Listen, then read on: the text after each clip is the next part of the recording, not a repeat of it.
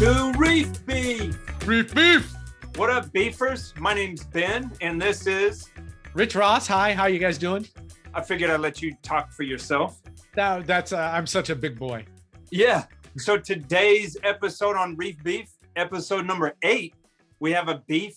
We're going to talk about the kind of ins and outs of selling used aquariums online and how that can be pretty frustrating. The practical part, we're going to talk about dipping corals. You know, do you, don't you, what do you do in there? You know, what kind of things come off, all that kind of crap. And then the little story time is Rich and I will both talk about some silly experiences that we both had as zookeepers or keepers or public aquarium, whatever you want to call it. Tales from the public aquarium. Wow. Wow. All right, cool. Well, what do you want to do first? We've been playing with the format. So you want to do beef first, or you want to do the practical thing first? Let's go ahead and beef the beef. Let's beef the beef. Yeah. Beef the beef. Do you want to, here, look, Cyano. Really? Oh, wait, what you showed something about, you had brown diatoms? There's some cyano and diatoms. So I put up a post saying, oh God, what should I do? Because I'm not going to do anything, because it's, unless it goes crazy, I'm not going to do anything. I might, you know, even if it thickens up, I might vacuum some of it out and then just stir the sand, but that's it. There's so many things that trip me out differently, because since people pay me to do this, and I think that's what gives me anxiety about some things. Yeah. Because, you know, and I get to think, oh, I must do this. And, you know, you might be like, chill out. If it was in my own house, I may be a little different on it, maybe, because I know a lot of things will pass without you doing a damn thing about it. That's a really good point. You know, no one's coming in here. Yeah. So, but even if they were, I would just do, you know, like to them or to the aquarium? to the cyano, and then get on to the next thing. But it's, you know, I know why it's happening. It's because I added new sand. Oh, okay. You know, it's not. Then it's basically just biological, and as biological grows on there, it'll subside. It'll burn through, and if it doesn't burn through, 3 days, darkness, it should be gone. Yeah, not a big deal. I don't need to freak out and add, you know, bottles of stuff, or, you know, it's, you know, if it's still a problem in a month and a half, I'll do something. Or it got super thick. But not a big deal. So anyways, our beef selling used aquariums or equipment online. Yeah. Oh, super close. Richard Ross. Hey, your camera's pretty good. I can see your pores. No, I can't see your pores. You're a very small pored man. Those are my face anuses. Fanus? My fanus. Okay. Selling stuff. This is why we should always have guests. Yeah. No, dude, wait, real quick before we go on this beef, I want to say I miss you, Broseph, because we had 2 guests in a row. I know. So we haven't just been able to be idiots together with other people listening. It's like when there's a third person, it's like they're talking and I'm just like, shut up, I'm with my man. That's funny, because when I'm with the third person, I'm like, oh, what is this third person doing? They're the most important thing on the show. Not me. I don't think that at all. That's my professional background. Oh, we have a guest. We better make them the best thing that's ever happened. Even if we hate them. Like, do they need tea? No. What writers do they have? Do they need green Skittles? They need Skittles.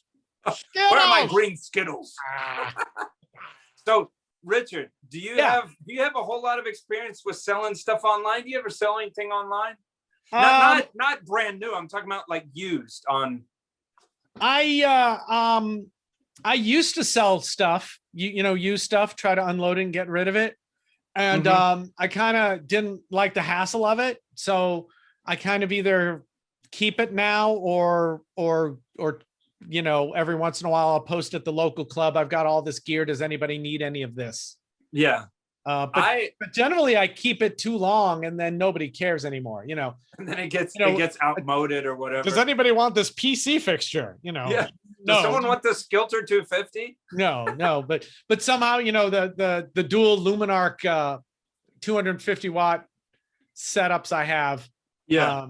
I'm still hanging on to them because Are you serious? I might use them someday, Ben. But what does the, like, over time, the little bit of salt spray on the polished aluminum, does it like get all I clean them up. Yeah. And they're under the house now, sitting there. They will be for a decade, and then they'll be thrown away because no one will want them. You're like the John Wayne Gacy of like aquarium equipment. They're all under your floorboard. You know, that's a good compliment in a terrible way. It's like you were trying to think of something to say about John Wayne Gacy. You are the John Wayne Gacy of. That's never a good start to anything. You're the John Wayne Gacy of relationships. What? Yeah. No, wait. You date them for a little bit and then you bury them under your floorboards. The John Wayne Gacy of, what is that? Anything. Anyway. What are you doing? Oh, I'm using a new camera today. Oh, so, okay. I'm a little confused about what's going on with it. Yeah. But I'm fixing it right now. I can tell that you're trying to put something up against it, but now it's fixed. Yeah, now the camera's up here and the laptop's here. The camera's up here, Richard. Up right here in the famous. The famous. The famous. Look at my famous. So when you say that you were selling stuff online, do you mean like locally? Do you mean shipping it far away? Do you mean like whole systems? Yeah, and I'm not talking about new. I'm talking about used crap. And so since I'm a business, I do this a lot. So you have crap. You have stuff all the time. Yeah, and anyone that like has followed me on social media, like personally, they know like all the big tank. You do? I follow you. I didn't know that. Follow you, bro. I will follow you. That was good. Yeah. But no, like my wife like freaks out at me because I'll just get calls like, hey, I'll get you this equipment. My dad passed away. Come get this tank out of my house. You can have it for free. Or, people call me, do you want to buy this? I don't buy used equipment. Oh, well, you can come have it for free. Or a client moves, a client passes away, all this kind of stuff. I have tanks. Now, finally, I'm kind of on the downward swing right now of kind of clearing stuff out. But I'll get my garage kind of choked up with used aquariums and they'll sit there for a while. I saw a mountain of dry live rock. Like, yeah, dude. Not like a VW sized mountain of dry rock. I haven't weighed it, so I'm just kind of like pulling this out of my ass, but it might be around 1,000 pounds. I think it's more around 8,000 pounds. It's probably 10. I think it's 10 tons. Yeah. That's a lot of rock. It is. You should sell it 1 pound at a time. No, that's the dry rock that I use in all my setups. And it's crazy, dude. I haven't bought dried rock in a million years. So you just bought a whole shit ton of it and then it keeps cycling around, or? No, and this might not be, I might get, this is fun because I could get blowback on some of the things that I do professionally, but hey, I'll talk about them all throughout this podcast. Like I do some unorthodox things. And people are like, do you make love to the live rock? That itself is unorthodox, but how do you expect to get all so many holes in there? It's way more prevalent than you would think. But, okay, so in the past, I've had like 500 gallons, 600 gallons, 300 gallons, like inside my house, in my garage, and so I've had to get rid of stuff like that. And man, it is tough. And by the way, let me stop you and say, we need the viewers. Let's do the like thing. Do it. Well, so let me just stop and say, man, if you like what you're seeing here, hit like, share it with your friends, subscribe, all that stuff. Instagram, podcasts, everywhere we're podcasts, find us on there, like us, give us a star. I don't know, just comment. Even if you hate us, tell us how bad we are. Yeah, I understand this in a way I never did before. Those metrics, that feedback, those what do they call them? Involvements? No, there's some word for it. Interaction. Involvement. I don't know. Erection? No, that's definitely not it. All of those things like end up making our lives trying to make this show bigger and better and more easier. Right. Oh, for sure. The more engagements, we have, the more, the sooner we get magic stuff Johnson? from YouTube or Magic. Well, I've got him with the under the floorboards with That's right. everything else. You're the John Wayne Gacy of killing Magic Johnson. That's oddly specific. John Wayne Gacy attribution. Yeah. So if you like it and share it and it gets around more, it grows us faster and it gets us to a point where we can do things more easily sooner. So it helps us out. Yeah. So if you can, please do. If you do that and we make more money, then we could, both Rich and I could afford like capes that we would wear. Capes. Okay.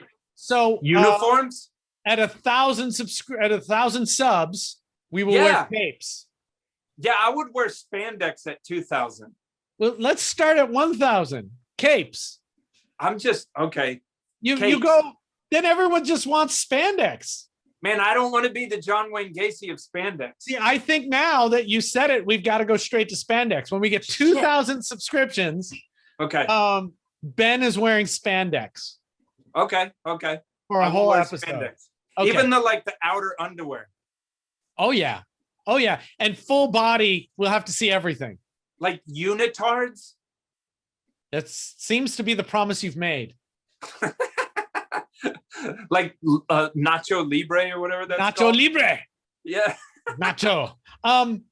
Wait, I want to know what you do unorthodox to live rock, and then I want to know about selling stuff and why it's yeah. Because you said you do something so unorthodox, and then you went, people are, and then you went, then I say nothing, and you went, spandex, look, spandex.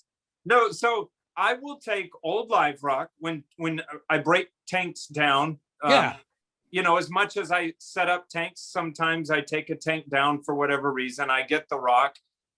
Again, like I said, sometimes people call me up and just say, give me live rock. And a lot of people are very scared of old live rock, and I get it. What I do is I take it home, I blast it with the water, I let it sit on my driveway for a little bit. And then when it dries up, I make sure that there's no dead flesh or anything. And I just put it in that container. But it's a 250 gallon Rubbermaid container. The crazy thing is I'll set up a new reef tank and a lot of it will go away. And just over the years, I've had that container now for 15 years, I think. And it just stays full. Some of it goes away, I just seem to always accrue it.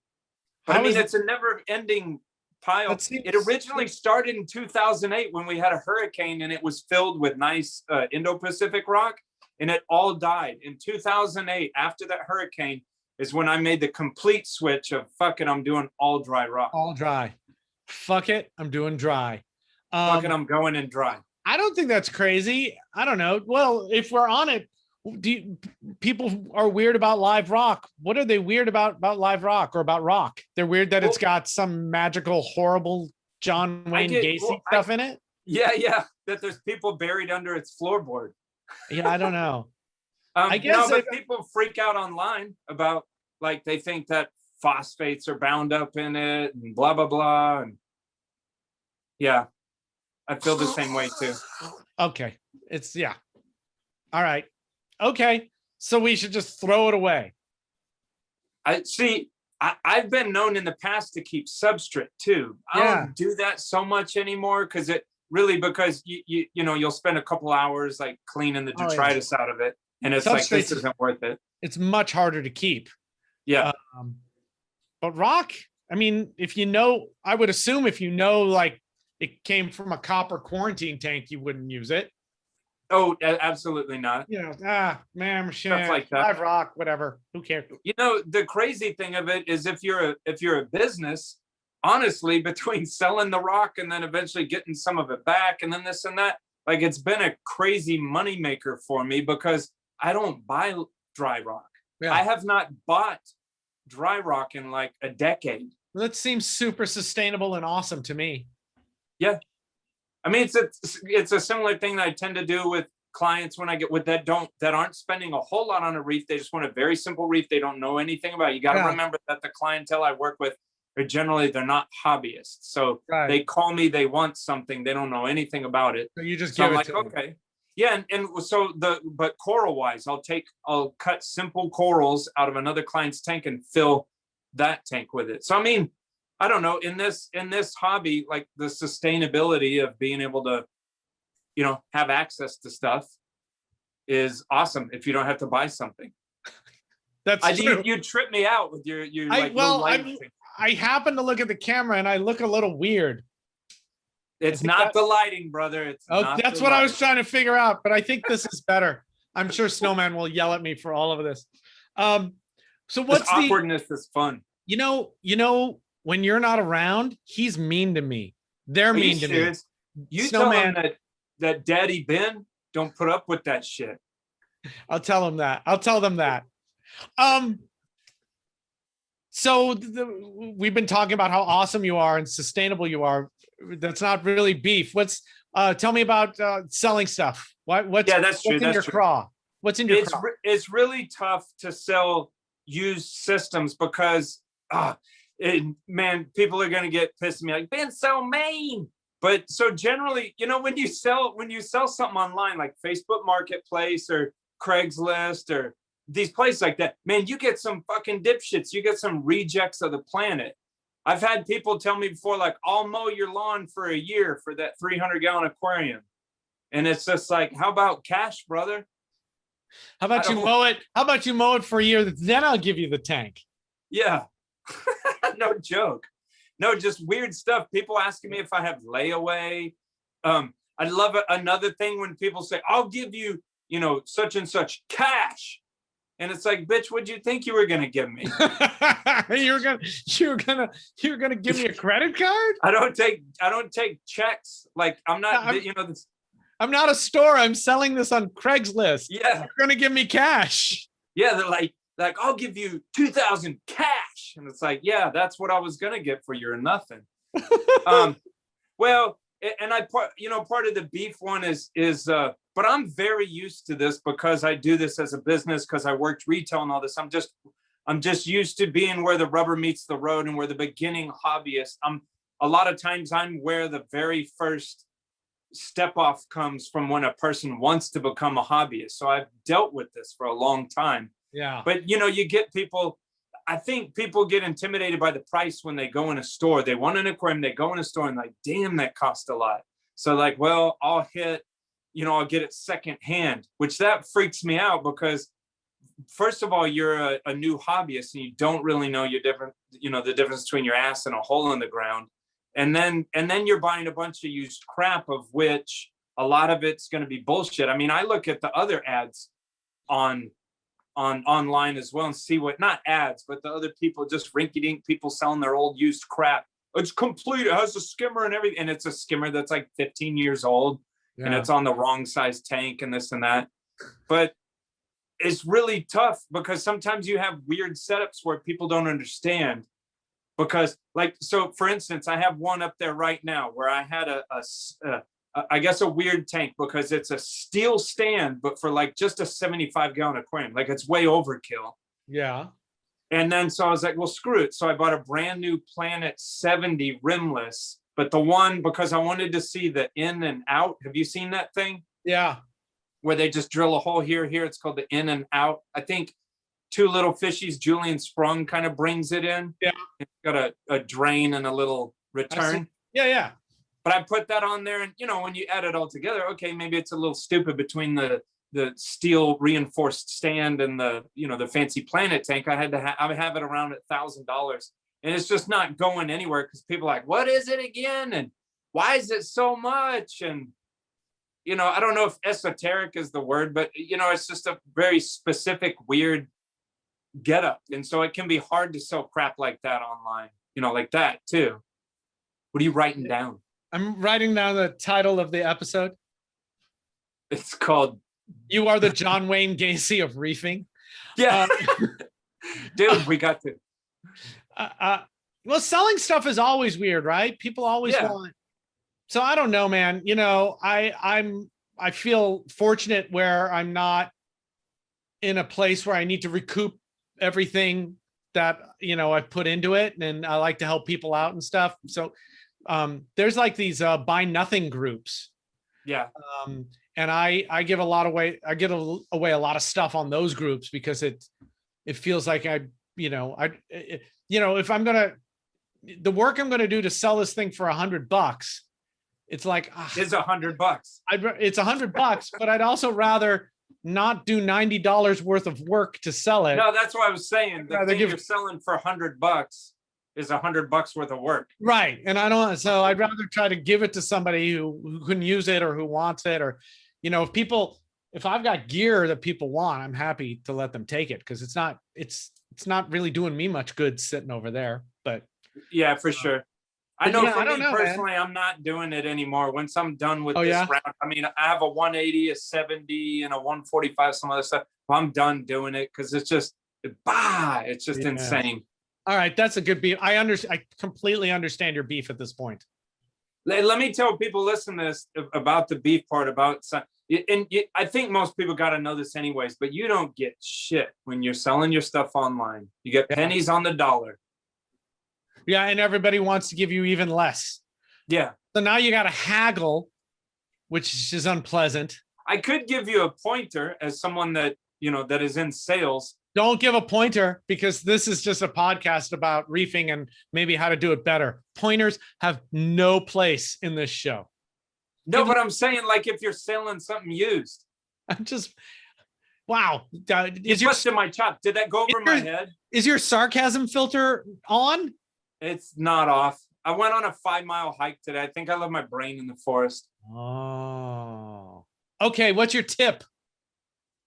Just the tip.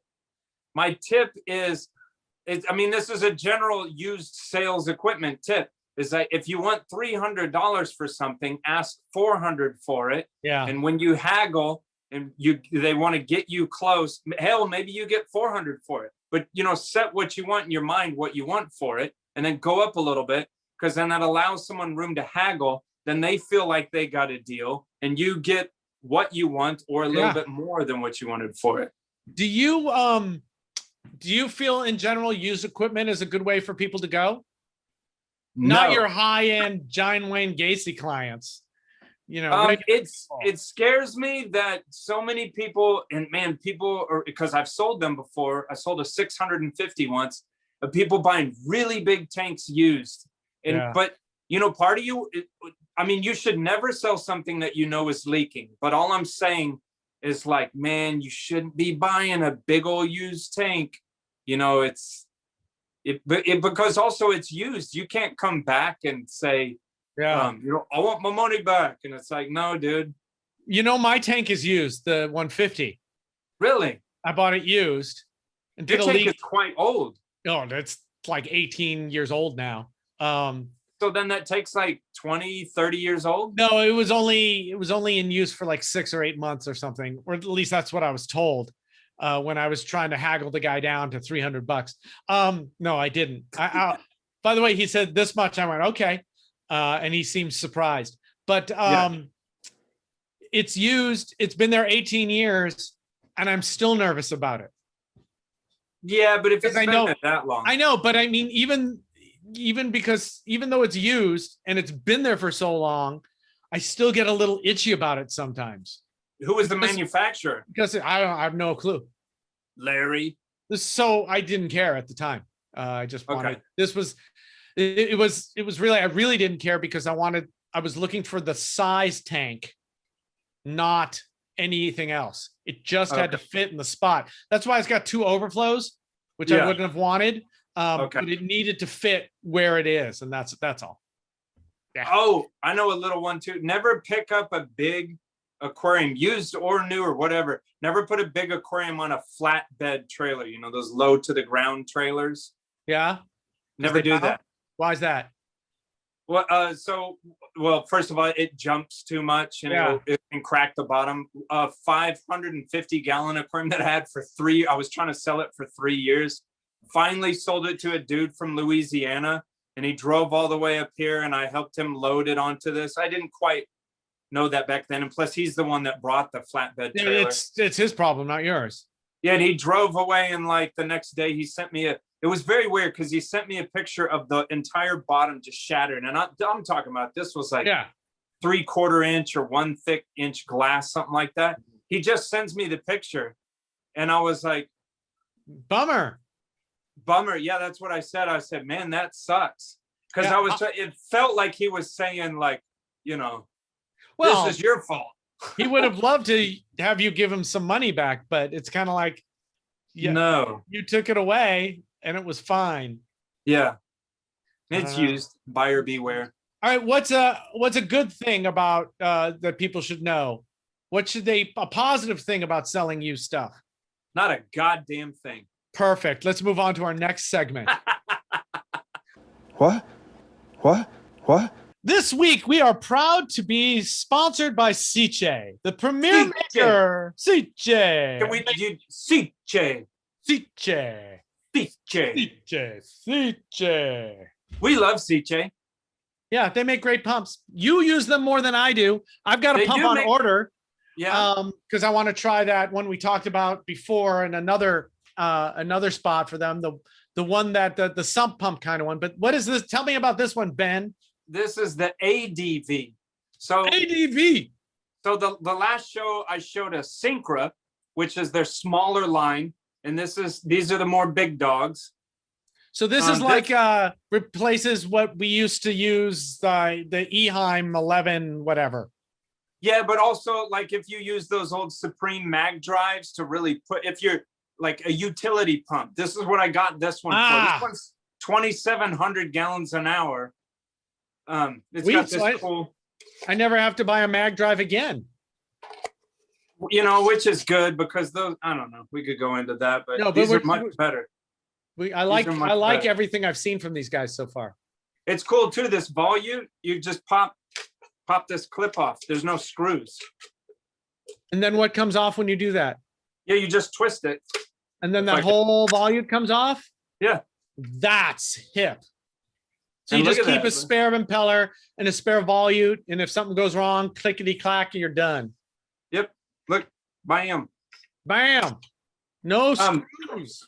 They do a lot of other stuff besides pumps. I mean, they have this dude, the Wave Surfer. So they make their circulation pumps. They're called Voyagers. Yeah. And like magnetically coupled, not like a Vortec though, but they're magnetically held on to the tank. But the motor's inside the tank, right? Yeah. Now the Wave Surfer, it's not incredibly fancy, but it does it has a food timer, and then you can kind of make it like both pumps at the same time or alternating, and you can change the time on a knob there.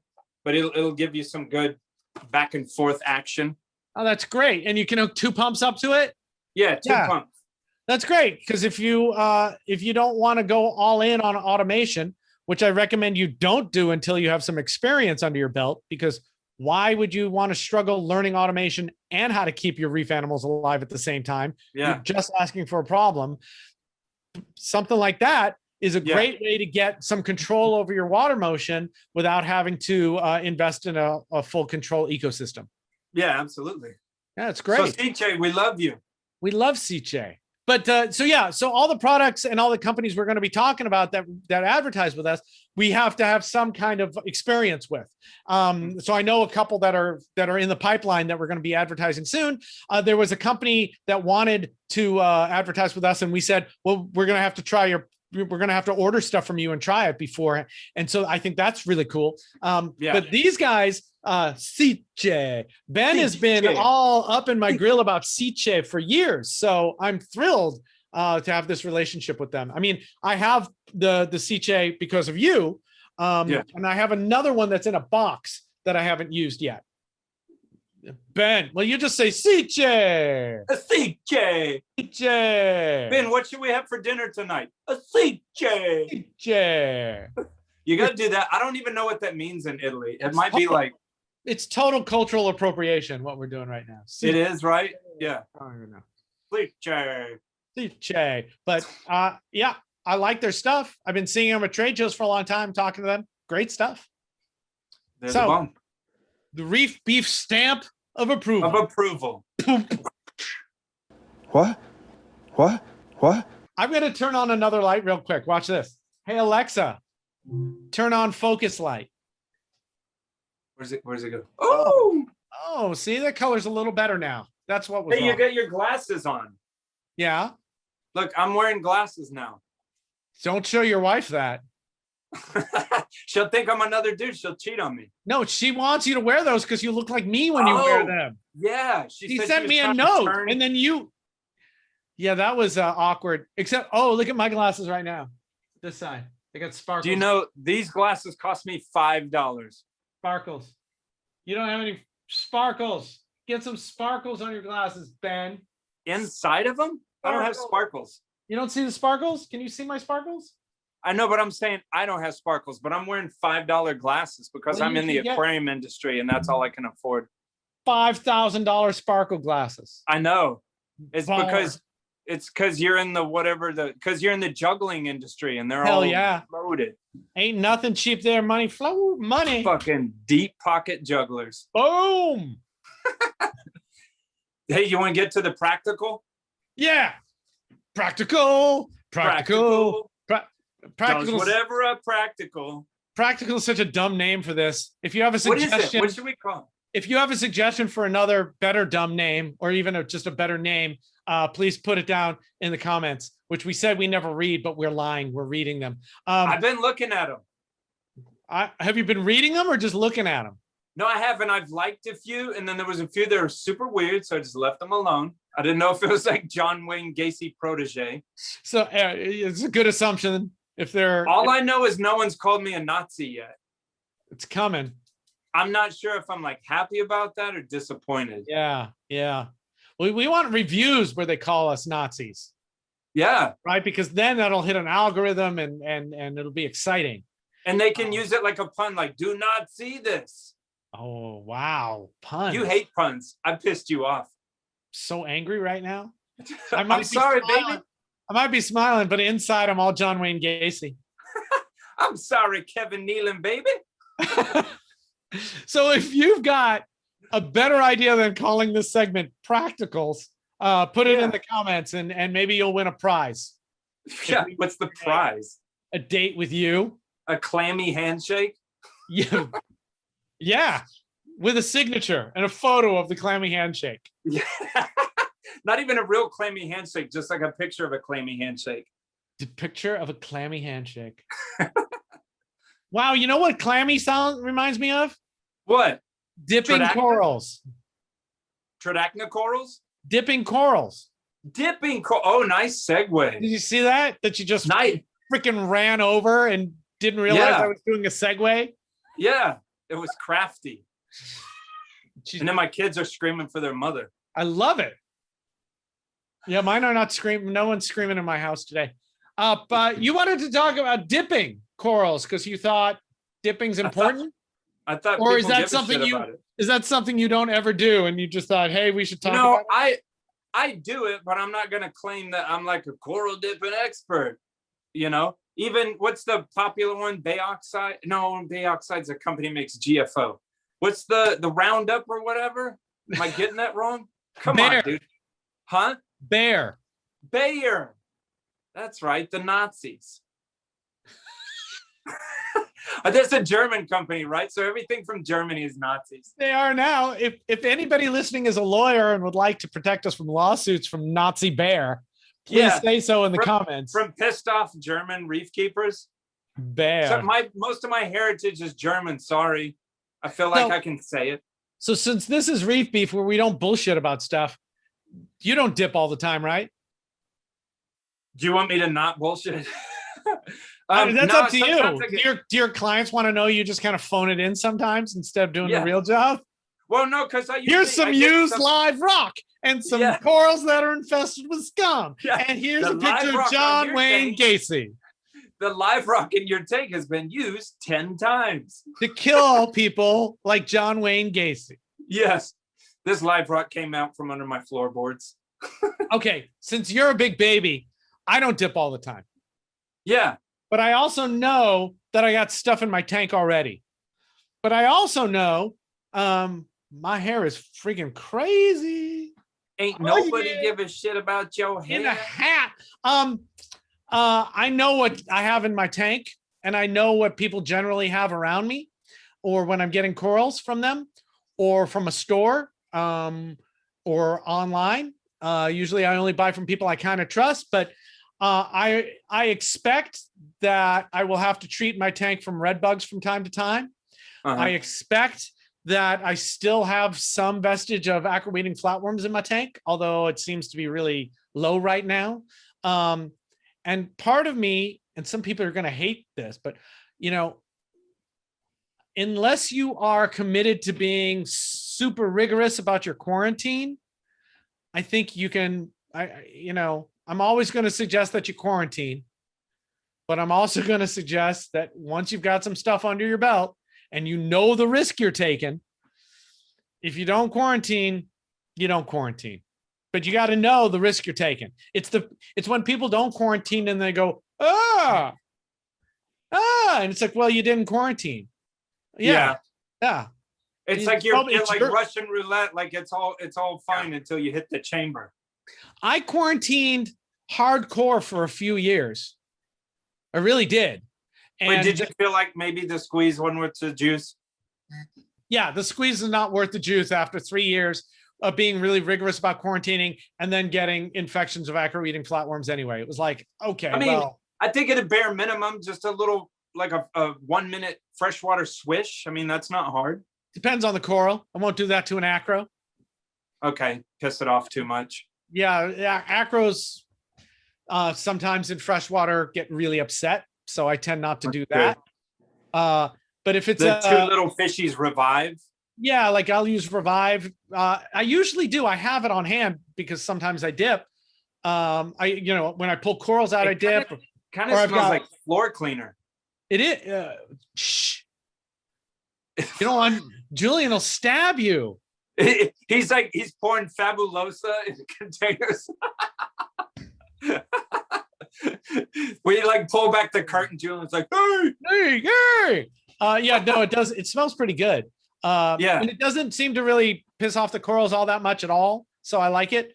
And, but I'll fresh water, if something's got a softie with flatworms, like a leather or sarco or Nepthy or whatever, shlook, wooga, wooga, wooga, wooga, wooga. Yeah. Out it goes. So yeah, I guess for me, it's all about, what's the risk reward ratio that I'm willing to take? Yeah. It's true. I'd be interested in seeing a study done on how many people QT,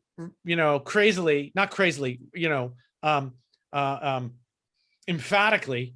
I'm trying not to say religiously because I don't want to say that.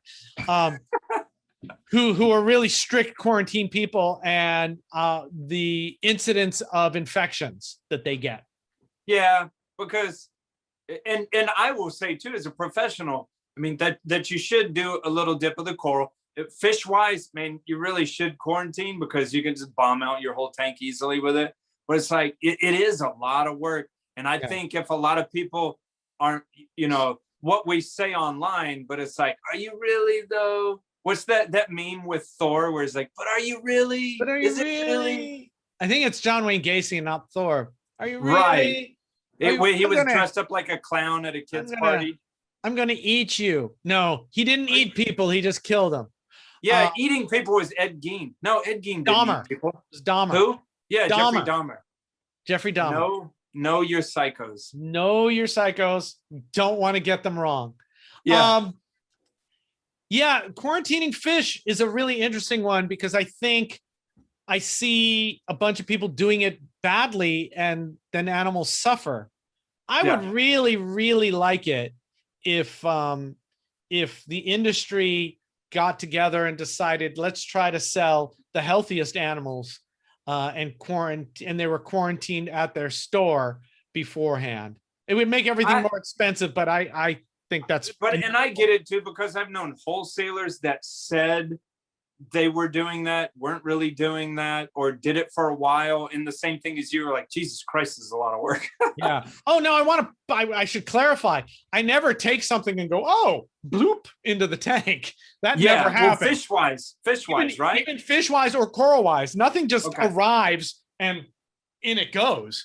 It all gets examined. If I'm getting a fish, I've examined the fish because I buy most of my fish at a store, and I know how long the fish has been there. And I love that store. if it's eating, yeah, Aquatic Collection in Hayward, they put the date right on there. So I'll be walking around, and if it's But if the date was yesterday, I'm not buying that fish. Yeah. Hey, if you're to the viewers, if you're in Rich's area, we'll put a link to that store in the, what do they call it, the show description. Yeah. I'll put the links down below, and then you point down below. You point, yeah. Down below. Down below. Hey. Down below, yeah. Yeah. Yeah, see? See? We're talking about reef stuff today.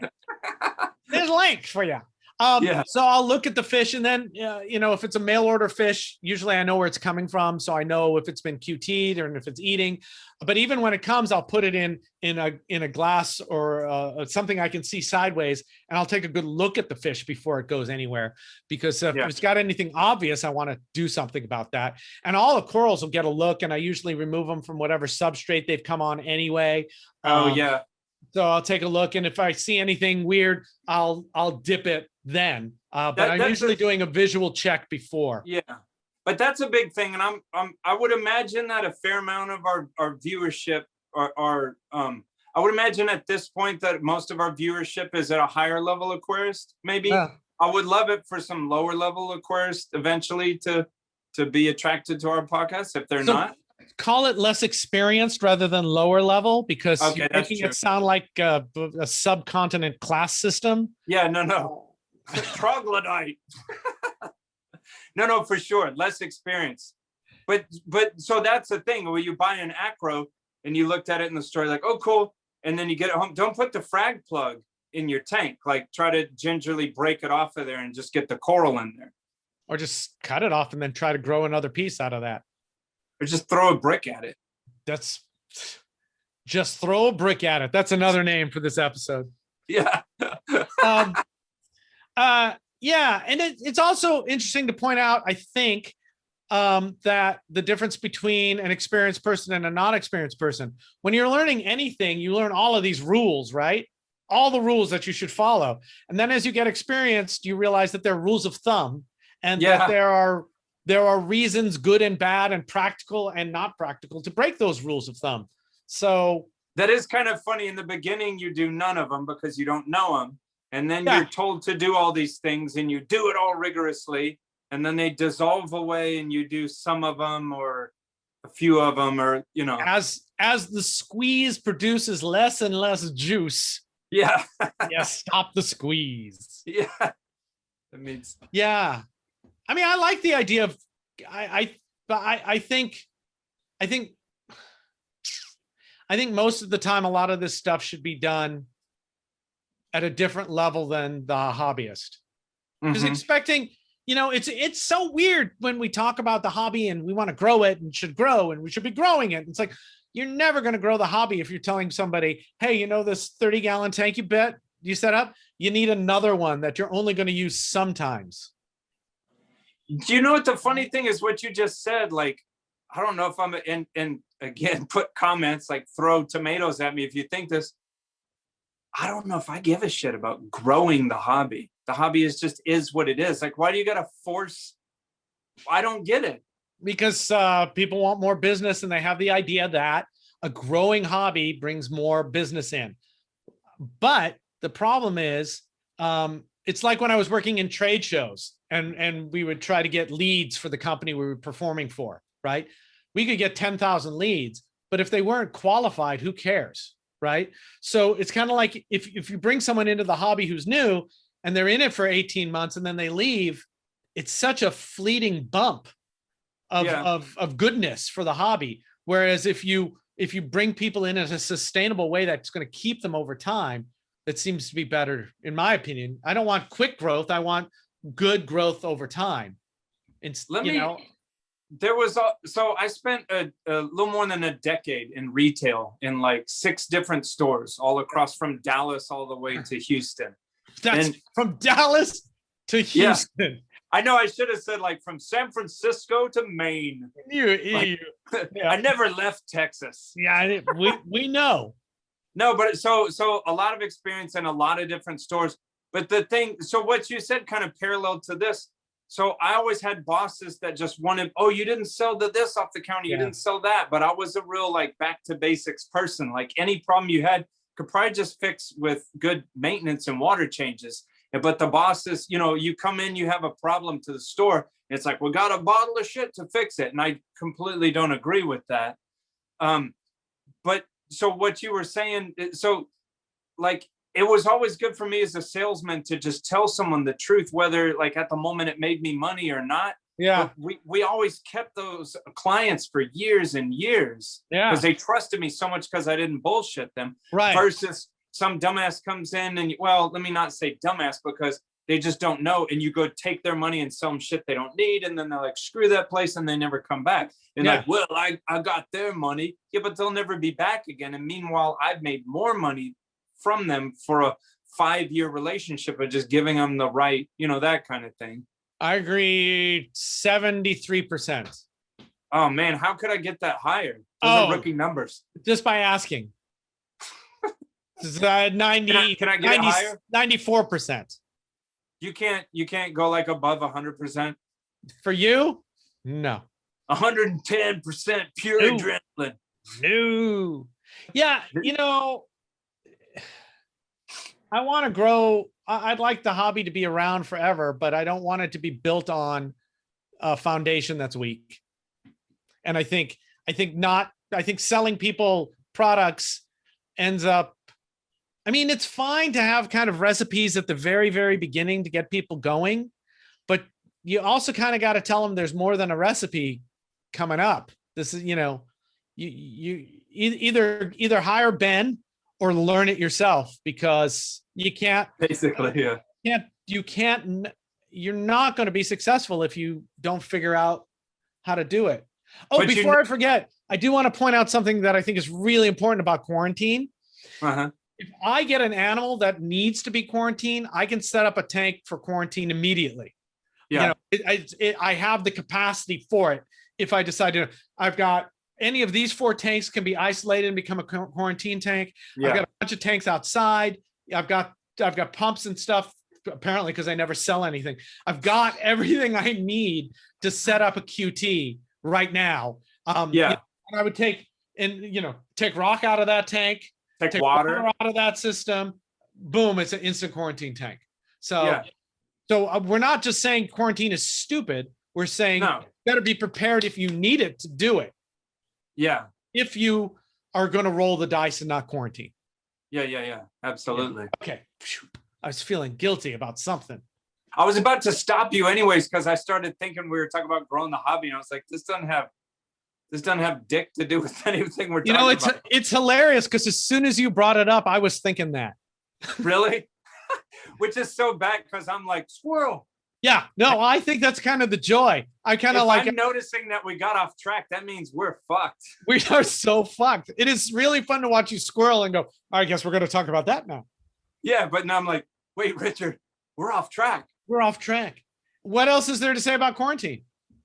Not a lot. I mean, there's a bunch of different methods, but tell us in the comments, like how you quarantine, how you dip. I wasn't necessarily talking about fish, but like, you know, let's talk about dipping corals. Yeah, actually you were talking about dipping. You weren't talking about quarantining at all. I expanded that. It's my apologies, Benjamin. Actually, I was talking about skinny dipping. Were you? I do that all the time. With your corals. In the bathtub. With Bayer. Yes. Now that we've come full circle. I mean, is there anything practical to say? Yeah, I've got 2 practical things to say about dipping. Right? Make sure you are measuring the amount of dip and the amount of water you are using correctly, because it's really easy to overdose. And an overdose dip can be really bad. Yeah. And then the other thing is related, really make sure you're doing the timing properly. Yeah. Right? If it's 10 minutes, fucking do 10 minutes. Yeah. And then I have a bucket of fresh tank water that I immediately pull the dip thing out of, and I rinse it in there, and I rinse it in there, and then I put it in another container of tank water to recover before I decide to plant it or put it anywhere else. Okay. So there's several stages to it for me. Yeah. I was just laughing because I could see like your face on a t-shirt and it said, If it's 10 minutes, to do it fucking 10 minutes. Yeah. More t-shirts. No, Look, but the other thing too that is makes my forehead look huge. Okay, there. After you dip too, don't forget, like, look in the water and see if there was anything to be seen. Oh, of course. That's totally right. Inspect your corals. And then also learn the difference between just some goo that was on the coral and what a pest looks like. What's related but not really story. When we're training people to be able to identify coral planula, coral larvae, we always say, yes, you're gonna collect these out of the collection chamber and put them under the microscope, or you're gonna look at them and you're gonna come running in here telling me how many planula you have, and I'm gonna say those are all snail poop. Yeah. And they go, no, that's not gonna happen. I go, okay. And then a week later, it's like, look at. It's like, yeah, that's all snail poop. Put it on the microscope. Yeah. Or like what we're saying too, someone could dip a coral and then not know what like gammarus or amphipods look like, and like, oh, there was some bad guys trying to come into my tank. And it's like, well, it's going to be good and bad that fall off of the. Yeah. Remember when we didn't quarantine at all because we thought all life was good life? That was yesterday. Give me the freshest live rock you can, because whatever's on it, I want. No, dude, I kind of shudder to think of back when we used to sell. When I first got into the hobby was 1995 was the first time I was working professionally, and back then it was Marshall Island. Do you remember Marshall Island? It had the thickest and darkest purple coralline algae. It was great. It was great. The thickest. But all the crap that would come in on it though. I remember when I was getting back into it in the early 2000s that it was all about live rock. Where'd your camera go away? Your camera, there we go. Okay. Because it told me I had 20% battery life. Okay. So when I was getting into the hobby in the early 2000s, probably 2000, when I was getting back into it, it was all about live rock. Yeah. And I remember getting some live rock and then watching over 6 months how it progressed, and then everything on it died, And so I was like, oh, I actually don't talk about lemons that talk about squeezing that doesn't produce juice. I was like, why are we, there's bad things that come on this stuff. And it, it's all going to settle anyway. This is not adding anything to my experience. So then I just started, when I would got rock, I would want to cure it anyway. So I'd put it into some tub somewhere and leave it for a month or whatever. And then I found stores that were curing it. It was like, that's what I want. And that's, I got to make a list, because we could do a cool show out of things that used to be that people either don't like. I remember when you sold someone a reef tank, like live rock used to be one of the biggest expensive things that you were spending on the tank. And like, I don't think people would understand that nowadays. Wow. Yeah. So if you, dear listener, watcher peoples, the John Wayne Gacy's of the reefing world, the John Wayne Gacy of our viewership. That's redundant. That's oxymoronic. It's the same thing. Because I love our viewers and we include ourselves with you. If you things we used to do that we don't do anymore, put that in the comments, because that sounds like a great show. Yeah. I think we've done this to death. Yeah. We need a better segue then. I think we've done this to death. Yeah. Story time. Story time. Story time. Story time. Story time. I can't get my lips up there. Okay. Story time. So you said you had some short stories from your time as a keeper, and then I immediately had two very short stories that came to mind. So this might be like a multiple lightning round of stories. It will. But man, you know me, like there's no such thing as a short story from Ben. Okay, so maybe we'll just get your stories today. No, don't do that. I don't want to be like that. You go first. No. These are stories from when we were keepers, because you weren't were you considered a zookeeper? We were called a keeper, but we weren't at a zoo, so no. In a zoo. That's true. No. So we were biologists, they call us. Yeah. We'll do a short story, then I'll do a short story, then we'll go back and forth. Yeah, okay. We had, when we opened, we had at the Steinhardt, we had a preserved coelacanth on display. Oh, cool. And even the first time I saw it, I had to go, what the fuck? What? And like look at it real close and go, yeah, no, that's not alive. Right? How could it be? And then was like, how could it possibly be alive? But everyone, many people thought it was alive, right? Because it was that well preserved. What do people know of a coelacanth? And yeah, it looked pretty good. But you know, dead animals on display is not common. Verboten. It's not verboten, but it's just not common. So I could totally understand that. But that's not what the story is. A woman and her kid were looking at the coelacanth, and the mom says, and this was right by the doors where we went to back a house, so we heard all kinds of stuff at that area when we were hanging out, creeping on people. The mom says, "Sweetie, this is a coelacanth.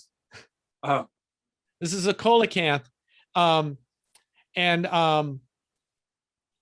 scientists thought it was extinct for a long time, but it says here that in the 30s, it was discovered that they're not extinct. So the scientists were wrong, and that's why we should never trust scientists." Whoa. Are you serious? Yeah. So that's a great story. Wow. Your turn. Okay. That's how you do a short one, motherfucker. I'm still pissed off at your story. I want to call CPS on that lady. They call it a coelacanth. What do you want from me? I want to go vaccinate her kid in front of her. Okay, you should do that. Go back in time. Okay, so my story was 2001, 2004. I was a zookeeper at the Houston Zoo, and so the administrator of our entire zoo did a thing where he was like, I don't know, he was just like upping. He was going into every zookeeping section of the zoo and working with us, and morale. Oh, undercover boss. Yeah, but he wasn't undercover. He but was not just under. Like, yeah, it was like, look, I peeled shrimp with you. Yeah, this will be fun. I'm gonna make your job really hard for an hour. Well, it was super awkward because then we had to accommodate him, but he was a cool guy. Yeah. So, so we decided it was up to us. The admin asked us, "What would you like to be doing with the administrator?" And we were like, "Well," and you said peel shrimp. Yes, you're my hero. But I was, because we all asked, and I was the one that said, "Well, let's do like that." Dirty Jobs show was popular at the time. I was like, let's do like dirty jobs. I mean, this some bitch wants to come back and see what it's like to be in the aquarium, and like, son of a bitch, this is what you have us doing. And so we're peeling shrimp. But here's the great part, and I'm trying to do this fast. So one of the keepers. No, you don't have to do it fast. You don't have to do it fast. Okay. Maybe this will be our only other story. That's fine.